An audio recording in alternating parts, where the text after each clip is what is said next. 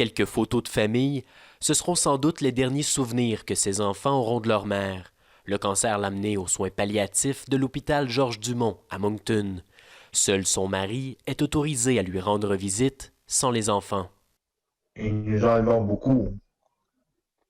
Ils nous enlèvent beaucoup, c'est quasiment pas explicable. Ces mesures sont appliquées à l'ensemble du réseau de santé Vitalité depuis le 17 mars.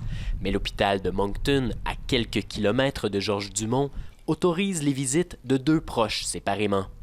2 poids, 2 mesures selon les Cormier, qui traversent des moments difficiles. On nous a vus l'autre jour. À pleurer elle aussi. Ils sont privés du contact entre une mère et son fils. Juste la présence. Elle est au côté du lit. Elle tient la main, elle met la main sur son bras quand même. Tu es confortable. C'est inhumain. C'est inhumain d'être obligé de vivre la mort d'un parent ou d'un mari ou d'un enfant que tu ne sois pas capable d'être achevé. Angèle Lagacé a disposé des souvenirs à la mémoire de son conjoint, lui aussi emporté d'un cancer. L'ancien ministre Roland Haché avait choisi les soins palliatifs à la maison du programme de l'Extramural, une expérience qu'elle répéterait bien qu'elle n'ait pas pu recevoir l'aide de ses proches. Lorsqu'il est décédé, c'était ouf. C'est dans une chambre d'hôpital que se sont déroulés les derniers moments, le 24 avril dernier.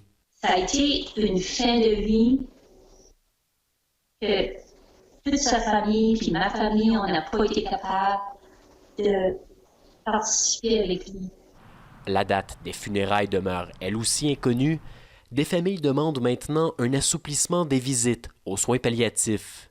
Ça fait 14-15 jours qu'il n'y avait pas de cas dans la province. Ils n'ouvrent pas les portes un petit peu plus grandes pour le monde qui sont au bout de leur vie. Difficile de réparer des rituels brisés, les adieux en personne ne peuvent pas toujours être remis au lendemain. Ici Jean-Philippe Hughes, Radio-Canada, Moncton.